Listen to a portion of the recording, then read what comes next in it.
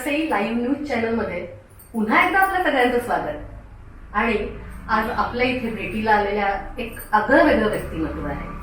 नवरात्रानिमित्त आपण नवदुर्गांना भेटतोय आणि ह्या व्यक्तिमत्वाकडे पाहिलं की मला संजीवनी मराठींची एक कविता हमखास आठवते। मी माता मी कांता, मी माता मी कांता, मी शिक्षक, मी कलावती, मी शास्त्रज्ञ, अशा विविध रूपात वावरणारी ही स्त्री। मग अशाच शैक्षणिक क्षेत्रामध्ये आपलं आगळं वेगळं कार्य करणाऱ्या त्या म्हणजे आपल्या वसईतल्या सुरेखा भोसले। मॅडम नमस्कार। नमस्कार। तुमचं खूप खूप स्वागत। खूप धन्यवाद। सुरेखा भोसले मॅडम, घरामधून एका कम्प्युटरवरती अवघ्या 5 रुपयामध्ये एक टायपिंगचं पेज अशी सुरुवात केली आणि आज ऋषी कम्प्युटर एज्युकेशन आणि त्याचबरोबर ग्लोबरिज इंडिया अशा 2 कंपनींच्या त्या संस्थापिका आहेत। लाखो विद्यार्थ्यांचं त्यांनी भविष्य घडवलेलं आहे। आज संपूर्ण जग तंत्रज्ञान आणि माहितीवरतीच परिभ्रमण करत आहे आणि हेच तंत्रज्ञान त्या विद्यार्थ्यांपर्यंत पोहोचवत आहेत, त्याचबरोबर महिलांसाठी सुद्धा पोहोचवत आहेत। ह्या क्षेत्रामध्ये मॅडम आल्या आणि आज त्यांनी एक यशाचं उच्च असं शिखर गाठलेलं आहे। हा त्यांचा प्रवास आपण जाणून घेऊया त्यांच्याचकडून। मॅडम पुन्हा एकदा तुमचं स्वागत। आणि आम्ही सगळेच म्हणजे वसईकरांमध्ये जर का म्हटलं की कॉम्प्युटर क्लासेस म्हणजे आपण साधा म्हणूया कॉम्प्युटर क्लासेस, त्याच्यामध्ये बरेच काही डेव्हलपमेंट झालेली आहे, डिजिटल ह्याच्यामध्ये बरीच काही डेव्हलपमेंट झालेली आहे। पण ज्यावेळी घरामध्ये विषय निघतो की आता विद्यार्थ्यांनी ह्याच्यासाठी भविष्यासाठी किंवा हे जे क्लासेस आहेत त्याच्यासाठी कुठे त्यांनी ऍडमिशन घ्यावं, त्यावेळी पहिलं डोळ्यासमोर उभं राहते ते तुंगारेश्वरच्या स्टेशनच्या तुंगारेश्वरच्या वरचं ऋषी कम्प्युटर्स। आणि अनेक विद्यार्थी तिथे घडले गेलेले आहेत, अनेक विद्यार्थी आता त्यांचं भविष्याला मार्गी लागलेले आहेत। हा तुमचा प्रवास म्हणजे आम्हाला जितकं माहित आहे की वसई गावामध्ये तुम्ही घरामध्ये डीटीपीचं काम सुरू केलेलं आणि आज इथपर्यंत तुम्ही पोहोचलेला आहात। या प्रवासाबद्दल आम्हाला आणि आमच्या प्रेक्षकांना जाणून घ्यायला नक्कीच आवडेल। खूप खूप धन्यवाद आणि वसई लाईव्ह चॅनलचं सुद्धा मनापासून धन्यवाद की मला इथे संधी दिली। सर्वप्रथम मला सांगावंसं वाटतं की आपल्याला जेव्हा आपल्या आयुष्यामध्ये पुढे जायचं असतं तेव्हा आपल्या आयुष्याची वाटचाल ही आपल्याला कुठे ना कुठे लहानपणापासूनच मनामध्ये दबलेली असते आणि कधी ना कधी तिचा उलगडा होतो। असंच काहीसं मी म्हणेन की लग्न झाल्यानंतर स्त्रीवर ज्या जबाबदाऱ्या येतात आणि त्यातून ती तिला शोधण्याचा प्रयत्न करत असते, परंतु हा शोध घेताना नक्की कसं पुढे जायचं हे तिला कळत नसतं। आणि सगळ्या स्त्रियांच्या आयुष्यात जी मुलांची जबाबदारी येते त्यानंतर तिला तो निर्णय घ्यावाच लागतो, कारण मातृत्व आणि तिचं प्रोफेशनल लाईफ ह्याची तारेवरची कसरत आणि त्याला जस्टिफिकेशन करणं याच्यामध्ये ती कुठेतरी स्वतःला कुठेतरी गिल्टी फिलिंग मध्ये टाकते आणि आता मी मार्ग कसा काढू हे ती पाहत असते। आणि अशीच काहीची परिस्थिती माझ्याही अवतीभोवती आलेली होती, कारण मी जॉब करत होते पण नंतर मुलासाठी मला जॉब सोडावा लागला आणि मग मी विचार केला की आता माझं अस्तित्व संपलं, मला खूप काही करायचं होतं। आणि मग मी जेव्हा घरी राहायचा विचार केला तेव्हा मला फार आनंद वाटतो की माझ्या मिस्टरांनी मला खूप साथ दिली, पतिदेवांनी साथ दिल्यामुळे मी कदाचित तिथे पुढे जाऊ शकली, कारण त्यांना मी अट ठेवली की मला जर घरी बसवायचंय ना मला एक कॉम्प्युटर आणून द्यावा लागेल। आणि तेव्हा तो परिस्थिती नव्हती, कॉम्प्युटर घेण्याची ऐपत नव्हती, पैसे नव्हते, पण एक अल्लड अशी मागणी आणि ते अल्लड असं व्यक्तिमत्व आणि सरांनी ते ऐकलं। भोसले सर, हनुमंत भोसले सर, त्यांची मी खूप आभारी आहे की माझा हट्ट त्यांनी पुरवला आणि तो एक कॉम्प्युटर मला शेवटी आणून दिला आणि मग मी जॉब सोडला। आणि त्या एका कॉम्प्युटरचं मी काय करणार खरंच माहिती नव्हतं, पण मी म्हटलं की नाही, मला ना मी कोर्सेस करते अपग्रेड, कारण मी कॉमर्स ग्रॅज्युएट होते आणि टेक्निकलमध्ये इतकं ज्ञान नव्हतं, पण तरी सुद्धा मी म्हटलं मी थोडंसं कोर्स करते आणि घरच्या घरी ऍटलिस्ट मी थोडंसं टायपिंगचं काम किंवा डीटीपीची कामं काहीतरी होईल। पण आज ते 5 रुपयाचं जे काम चालू झालं आणि माझी जी कामाची क्वालिटी होती ते करून घरी माझ्या जवळजवळ 100च्या वरती क्लायंट, आणि आश्चर्याची गोष्ट म्हणजे लग्नपत्रिका हा जो व्यवसाय याच्यातून मी एका महिन्यामध्ये 50,000 रुपये त्यावेळेला कमवले। म्हणजे अक्षरशः म्हणजे मला हे सांगावंसं वाटतं की महिलांमध्ये जेवढी शक्ती आहे ना, या नवदुर्गा शक्तीचा उत्सव आपण आज साजरा करतोय, पण ह्या प्रत्येक महिला ही त्या दुर्गेसारखीच असते। तिने जर मनात आणलं ना तर ती कुठच्याही लेवलची झेप घेऊ शकते. आणि असंच झालं मॅम. आणि ऍक्च्युअली त्यावेळेस मी 50,000 रुपये कमवले, भांडवल नव्हतं. आणि नंतर हळूहळू भांडवल उभारलं आणि मग मनात आणलं की मग मला अजून एक रिअलायझेशन झालं की IT क्षेत्रामध्ये मला मी प्रोग्रामिंग अपग्रेड केलं. बेसिकली मी कॉमर्स ग्रॅज्युएट, पण मला फार आवड होते की बाबा मी IT मध्ये काहीतरी करू. आणि मला कळालं की कॉलेजमध्ये तेवढं मुलांना येतच नाहीये. नंतर कळालं की साधं साधं वर्डचं सेटिंग हे मुलांना जमत नाही. तर मग मला एम्प्लॉयर दिसले तिथे की बाबा ह्या एम्प्लॉयरना जेव्हा आपण काम करायला जातो त्यांना शिकवण्यातच भरपूर वेळ जातो त्यांचा, आणि या मुलांना काही येतच नाही. आणि तेव्हा ते छोटंसं स्वप्न रुजलं मनामध्ये की मला ना स्किल डेव्हलपमेंट करायचे. काहीच येत नाही मुलांना, असं कसं डोकं वापरत नाही. म्हणून मी ठरवलं की मी थोडं क्लासेस चालू करणार आणि प्रॅक्टिकल DTP शिकवणार मुलांना. आणि तिथून ती स्किल डेव्हलपमेंटचं बीज रोवलं गेलं. अक्षरशः ते छोटंसं बघितलेलं स्वप्न नंतर रिअलाइज झालं की अरे कोडिंग मध्ये कुणाला कळत नाही. मग मी स्वतः प्रोग्रामिंग लँग्वेजेस अपग्रेड केलेले आहेत, टेक्नॉलॉजी अपग्रेड केलेले आहेत. आणि मग पुढे हा जो अभ्यास आहे तो कन्सिस्टंटली अजून पण मी जवळजवळ 3 ते 4 तास माझे फक्त अभ्यासासाठी आणि अपग्रेडेशनसाठी असतात. कुठलीही गोष्ट चालू होते, पण तिला जर आपल्याला पुढे पोहोचवायचं असेल तर इनोव्हेशन आणि नवीन आलेल्या गोष्टी शिकून ते बदल घडवून जर नाही आणले तर तो बिझनेस टिकत नाही. आणि हे जे तत्व आहे ते त्यावेळेस मला कळालं. आणि त्याच्यामुळेच मी वर्षानुवर्ष एक एक पायरी चढत गेले, खूप अपग्रेड केलं.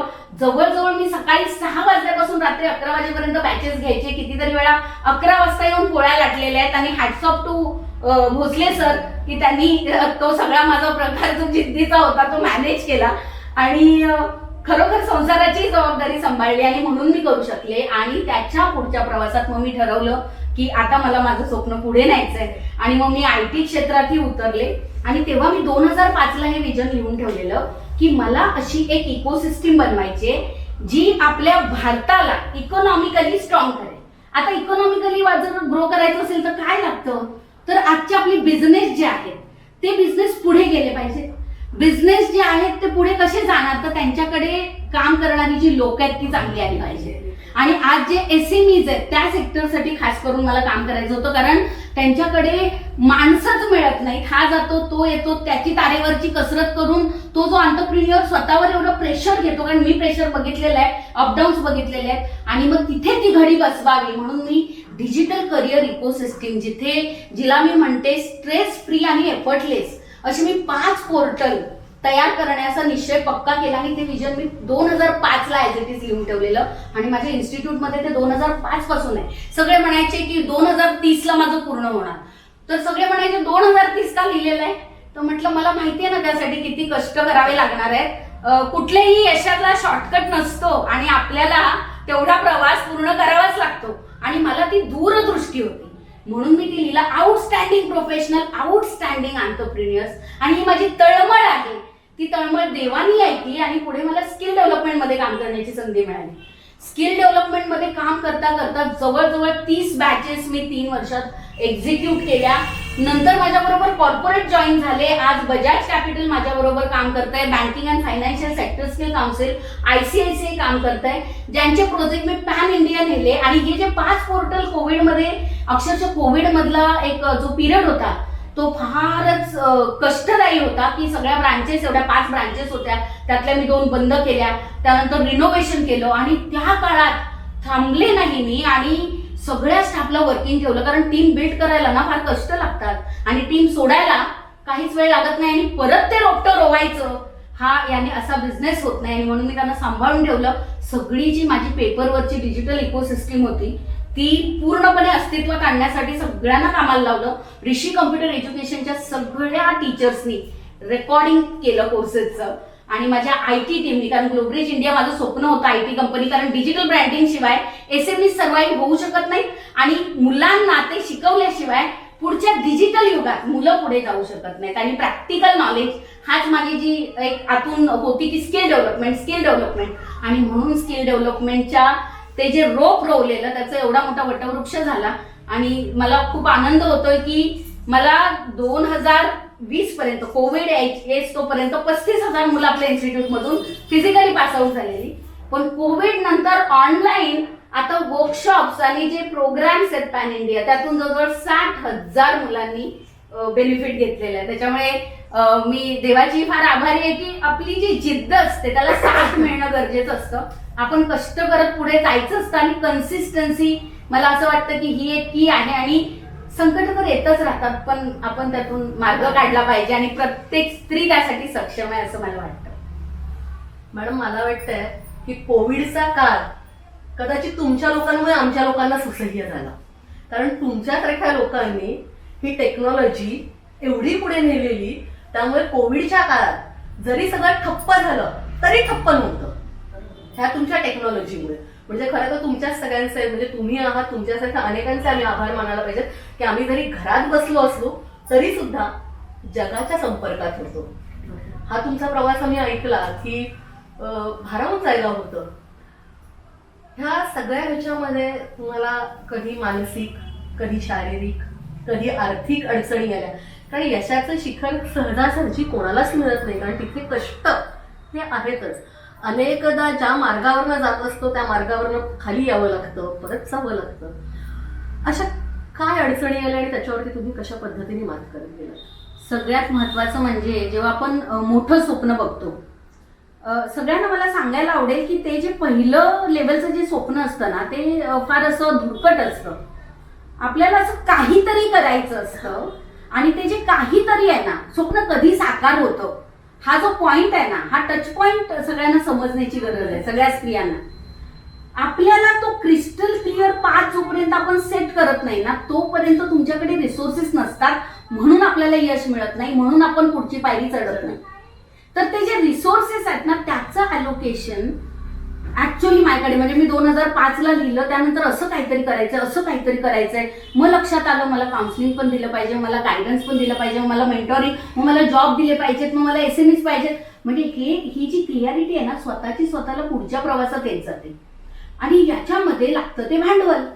आता भांडवल ह्याचं सोंग आपण आणू शकत नाही आणि जाऊन आपला हात पसरू शकत नाही. तुमचं स्वप्न फार सुंदर आहे, ऑन पेपर एवढं सुंदर दिसतं की त्यातून चला लगेच पैसे येत आहेत ऑन पेपरवर, पण अस्तित्वात आणताना तुम्हाला फार खस्ता खाव्या लागतात. आणि एक स्त्री म्हणून तुम्हाला घरची आणि तुमची जी प्रोफेशनल बाजू आहे ती दोन्ही सांभाळून तुम्हाला तारेवरची कसरत करायची असते, स्टाफला मॅनेज करायचं असतं, एवढ्या सॅलरीज मॅनेज करायच्या असतात. आणि त्यावेळेस माझी बऱ्याच वेळा कोंडी झाली आणि अशीच कोंडी फार मोठी झाली होती. 2011ला मी फार मोठं डिसिजन घेतलं, 5 ब्रांचेस, आणि 2012ला अजून एक मोठा निर्णय घेतला कारण मला ना बिझनेस वाढवायचा होता. आता बिझनेस आणि प्रोफेशनल वर्क काय फरक आहे? स्त्री एकटी जेव्हा काम करत राहते त्यावेळेस ती एकटीच तिचं अस्तित्व असतं, परंतु बिझनेस म्हणजे सगळ्या लोकांना एकत्र करून त्यांना आपण मार्ग दाखवायचा आणि मग तो बिझनेस मोठा होतो. तो तुमच्यावर डिपेंड असला तर उद्या सुरेखा भोसले नसली तर मग कसं होणार? मग काहीच अस्तित्व नाही, मग उपयोग काय एवढ्या खड्डाटोपीचा. आणि मी बोल्ड डिसिजन घेतला 2012ला की म्हटलं मी डायसवर चढणार नाही, कारण Surekha Bhosale on the dais money flow असा येणार आहे, कारण सुरेखा भोसले आहे. पण सुरेखा भोसले का सगळे बनू शकत नाही? त्या सुरेखा भोसले सारखी जेव्हा व्यक्तिमत्व उभी राहतील तेव्हा ती कंपनी चालणार. सुरेखा भोसलेला उद्या काय झालं तर मग ती कंपनी बंद पडेल. आणि हे मला रिअलाइज झालं आणि फार बोल्ड डिसिजन घेतला. 2012ला माझा तेव्हा रेव्हेन्यू मी एकटी जे अर्न करायची जवळजवळ ती वर्षाला मी 20-25 लाख अर्न करायची एकटीचा रेव्हेन्यू. आणि त्यावेळेचा रेव्हेन्यू तो मी म्हटलं नाही करणार, बसले आणि ISO सिस्टीम डेव्हलप करायला सुरुवात केली. फार मोठा बोल्ड डिसिजन, कारण बिझनेसमध्ये एवढा फंडिंग कुठून आणणार, एवढं सगळं इन्फ्रा ते कष्टाने उभं राहिलेलं, कारण ऑलरेडी मी एवढे कष्ट केले 6 वाजल्यापासून ते रात्री 11 पर्यंत बॅचेस, आणि माझी एक बॅच झाली की माझी दुसरी बॅच कधीच मला मार्केटिंग करावं लागलं नाही. तर आपली जी म्हणजे माझं मनापासून आहे ना, आपलं हृदय जोडलं पाहिजे लोकांशी. जे पण करता ते मनापासून करा, तन्मयतेने करा. माझं कुठलाच क्लायंट, कुठलाच स्टुडंट आज 1% -1% आपल्याकडे कंप्लेंट रेशिओ आहे का? तर कारण तेवढी आस्था आहे आणि माझ्याशी लोक कनेक्ट होतात, कारण माझी ती फॅमिली बनते. हे जेव्हा होतं ना तेव्हा बदल घडतात. आणि मग त्या काळामध्ये मी बोल्ड डिसिजन घेतल्यावर मी फक्त सिस्टीम, HR माझी म्हणून HR processes, accounting processes, systems, सगळा स्टाफ सगळं रेडी आहे, पण तो घेतलेला ब्रेक डायजेस्ट नाही झाला मॅडम. आणि मग तो फायनान्शियल डाऊनफॉल, कारण शेवटी लगेच जबाबदारी मुलांवर टाकली की मुलं कमवायला लागतात का, पण मला तो पण डायजेस्ट करावा लागला. आणि तो डायजेस्ट केला त्यावेळेस सगळ्यांना वाटलं सुरेखा आता बिझनेस बंद करणार, परंतु मी देवाकडे पुन्हा एकदा बघितलं आणि म्हटलं मी बंद करणार नाही. आणि मग ती जी जिद्द आहे, देवानी पुन्हा संधी दिली, स्किल इंडिया आलं आणि एवढा हिररीनी प्रोजेक्ट केला. एका महिन्यात मी 5 ऍडमिशन केले. प्रवास पुढे जाताना परत पीकवर गेला बिझनेस आणि परत कोविडमध्ये म्हणजे मी तेव्हा परत पीकवर गेले, सगळे लोन्स नील केले आणि अक्षरशः उंच भरारी म्हणजे तो रिच क्लास असतो ते जे स्वप्न होतं ते माझं झालं. आणि परत कोविड आलं. कोविड मध्ये पण 1 दिवसाचा म्हणजे माझा एकही दिवस मॅम स्टाफ घरी नव्हता. 4 वाजता अनाउन्समेंट झाली उद्यापासून बंद. मी 5 वाजता मीटिंग घेतली, 6 वाजेपर्यंत सगळ्यांना अलोकेट केलं वर्क. म्हटलं कुणीही घरी बसणार नाही, उद्यापासून work from home. Digital ecosystem बनवायची, आपल्याला वेळच मिळत नाही. आणि ती ऑन पेपर होती, ती सिस्टीम अस्तित्वात आली. तेव्हा पण मी खूप फंड्स घेतले, लोन्स घेतले. बँकांनी लगेच मला लोन्स पण दिले, कारण क्रेडिबिलिटी. आज मला असं वाटतं की पैशापेक्षा मी जी माणसं कमावली ती माणसं सदैव माझ्या साथीला उभीच राहिली. कोविडमध्ये माझ्या रेंटवाल्यांनी अर्धे रेंट कमी केले आणि म्हणाले मॅडम तुम्ही करणारच, आम्हाला माहितीये. आता हे जेव्हा शब्द ऐकायला मिळतात ना, ह्याच्या पुढे पैसा हा काहीच नाही आहे आणि तो येतोच. आणि ही माणुसकी, माझा कुठलाही स्टाफ मला सोडून गेला नाही. आज हे जे कमावलं ना, ही कमाई आपली मला जास्त महत्वाची वाटते आणि त्याचं प्राऊड फिलिंग मला जास्त आहे की आपली जी एक जिद्द असते की काहीतरी करायचंय. आणि सगळे उभे राहिले. जो 7-7 महिन्याचे रेंट थांबलेले तरी सगळ्यांनी सपोर्ट केला. एवढा सपोर्ट फक्त नशिबाने मलाच मिळाला आणि त्यांचं ते प्रेम बघून मला अजून जिद्द मिळते की मी अजून करू. आणि त्यातूनही मॅम परत आम्ही बाहेर आलो आणि मला फार आनंद वाटतो की सगळी जण माझ्या साथीला उभी आहेत. आता तर पॅन इंडियाचे लोक एवढा जीव लावतात की छोट्या छोट्या गोष्टीसाठी पण कॉल करून अपॉइंटमेंट घेऊन. तर खूप छान वाटतं की त्या ट्रान्सफॉर्मेशनला लागले आणि ते 6 पोर्टल तयार झालेले आहेत. आणि माय करिअर गुरुकुल, गुरुची जी सिस्टीम आहे, जे गुरु, कारण हँडहोल्डिंग आपण ना नुसती बडबड करून आणि प्रवचन देऊन किंवा भाषण ऐकवून काही ट्रान्सफॉर्मेशन घेत नाही. लोकांना हाताला धरून चालायला शिकवावं लागतं आणि ते जे हँड होल्डिंग आहे तोच त्या माय करिअर गुरुकुलचा कन्सेप्ट. जिथे सगळे आहेत, तिथे विद्यार्थी आहेत, तिथे एम्प्लॉयर आहेत, तिथे मार्गदर्शक आहेत आणि गायडन्स देणारे काउन्सिलर्स आहेत. आणि त्याच्यामुळे कुणाला चिंता करण्याची गरज नाही. हम है ना, सब हो जाएगा. हा जो ऍटिट्यूड आहे तो घेऊन ही डिजिटल इकोसिस्टीम पुढे चाललेली आहे. अपडाऊन्स तर येतातच, पण ते परमनंट नसतात. आपण फक्त त्यावेळेस योग्य तो निर्णय घेऊन पुढची वाटचाल केली पाहिजे. मग कितीही संकट येऊ दे, त्यातून मार्ग हा निघतोच. वेळ येते ती तुम्हाला शिकवण्यासाठी येते. नवीन परीक्षेला तयार राहा. देवाला फक्त सांगा की मला जरा शक्ती दे परीक्षेत पास होण्याची, आणि मी तेवढंच बोलते आणि चालू होते की किती परीक्षा घेणार आहे, number 1, number 2, number 3, I am ready. हा जो ऍटिट्यूड आहे तो असेल तर देवाला सुद्धा शेवटी काळजी आहेच आपल्या मुलांची आणि मग तो देतोच ब्लेसिंग आणि आपण जातोच पुढे. याच्यावर मी ठाम विश्वास ठेवते. आणि लोकांवरचं प्रेम तर माझ्या हृदयातून त्यांच्याशी कनेक्ट होतं. त्यामुळे प्रेम करा एवढा मी संदेश देईन आणि मनापासून करा जे कराल ते. उगाच कुणाला तरी फसवेगिरी करून असा बिझनेस होत नसतो. फार मनापासून अंतःकरणातून करा, म्हणजे मग ऑटोमॅटिकली गोष्टी होत राहतात. शोधक वृत्ती, घरच्यांचं प्रेम, समाजाला एकत्रित घेऊन चालण्याची भावना, हे सगळ्या गोष्टी जेव्हा असतात त्यावेळी योग्य वेळी योग्य निर्णय घेण्याची क्षमताही असली पाहिजे.